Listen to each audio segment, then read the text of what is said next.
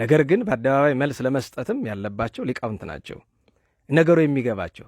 ጾታ ምን ማለት እንደሆነ እንኳ አስተካክሎ መተርጎም የማይችል ሰው እኮ ነው አደባባይ ወጥቶ ብዙ ነገር እየለፈለፈ ያለ። ስለዚህ ከእሳቸው ጋር ጥላቻ ያለበት ሰው ብዙ እንደነበረ አሁን ገባኝ። ሰው ናቸው፣ የማያስደስቱ ነገሮች አሏቸው። እኔም በግሌ ማለስማማባቸው ነገሮች አሉ። አንደኛው እሱን ያስተዋልኩት። ሁለተኛው ነገር ይችን አጋጣሚ ተጠቅማችሁ እንተዋወቃለን፣ ቀን እየጠበቅን ነው። የኢትዮጵያ ኦርቶዶክስ ተዋሕዶ ቤተ ክርስቲያን አስተምሮን መገልበጥ የሚፈልግ በጣም ብዙ ሰው አለ።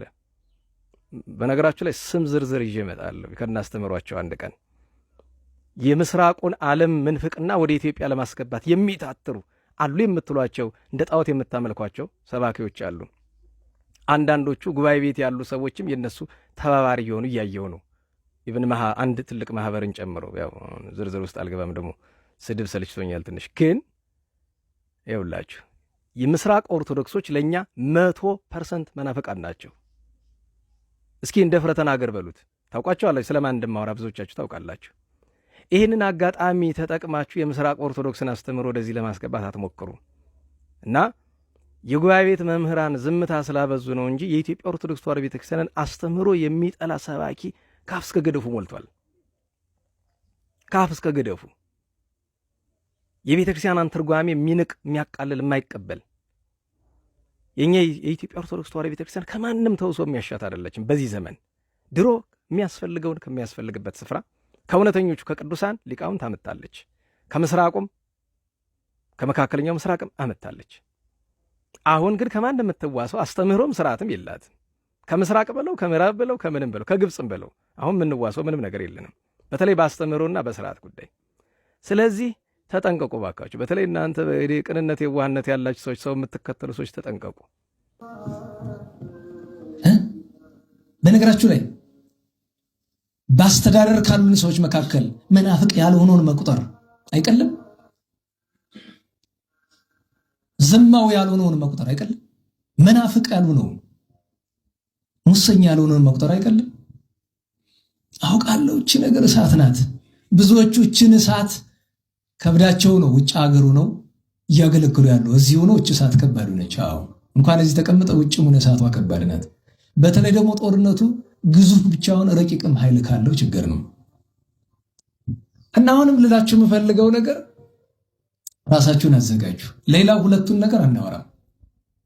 ፈቃድም የለኝም፣ ማውራትም ምንም አልፈልግም፣ መናገርም አልፈልግም።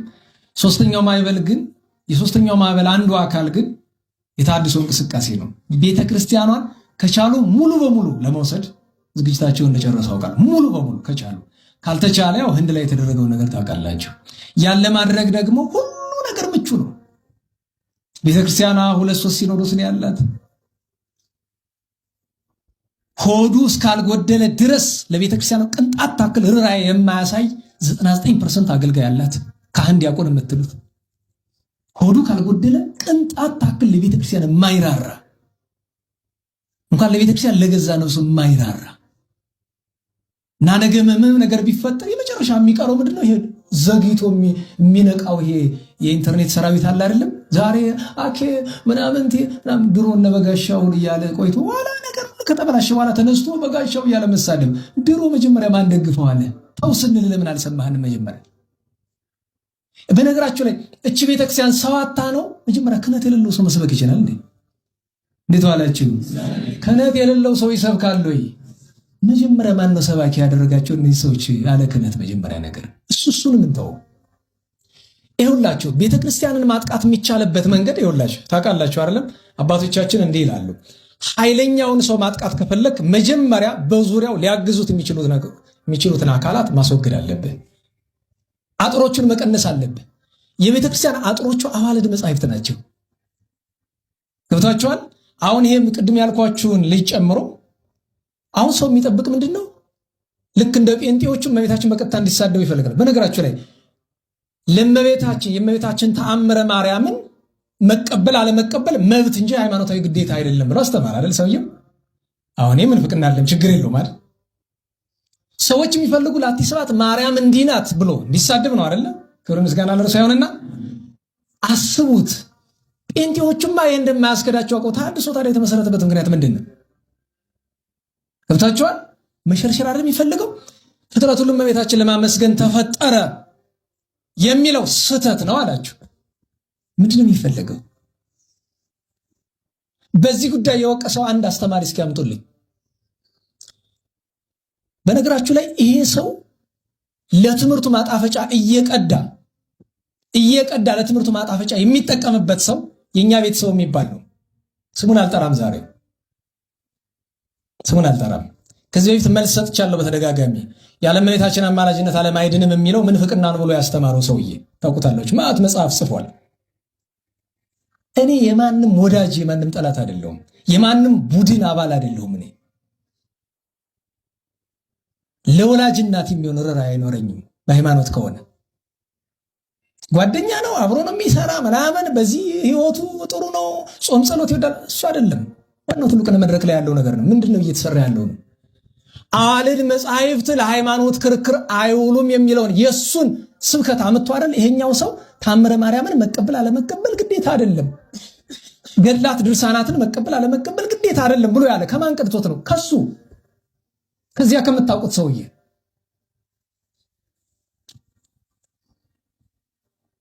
ይኸውልህ ይሄኛው ሰውዬ ራሱን ምልህ የኢትዮጵያ ገድላትን በማንቋሸሽ የሚታወቅ ሰው ነው። አሁን ያልኩ ይሄኛው ቅድም ያልኩት አይደለም፣ ያኛው ትልቁ ሰውዬ መጻሕፍትን የሚጽፈው መድረክ ላይ ወጥቶ አይናገርም። በግል አውሩት። ገድላትን በማንቋሸሽ አንደኛ ሰው ነው።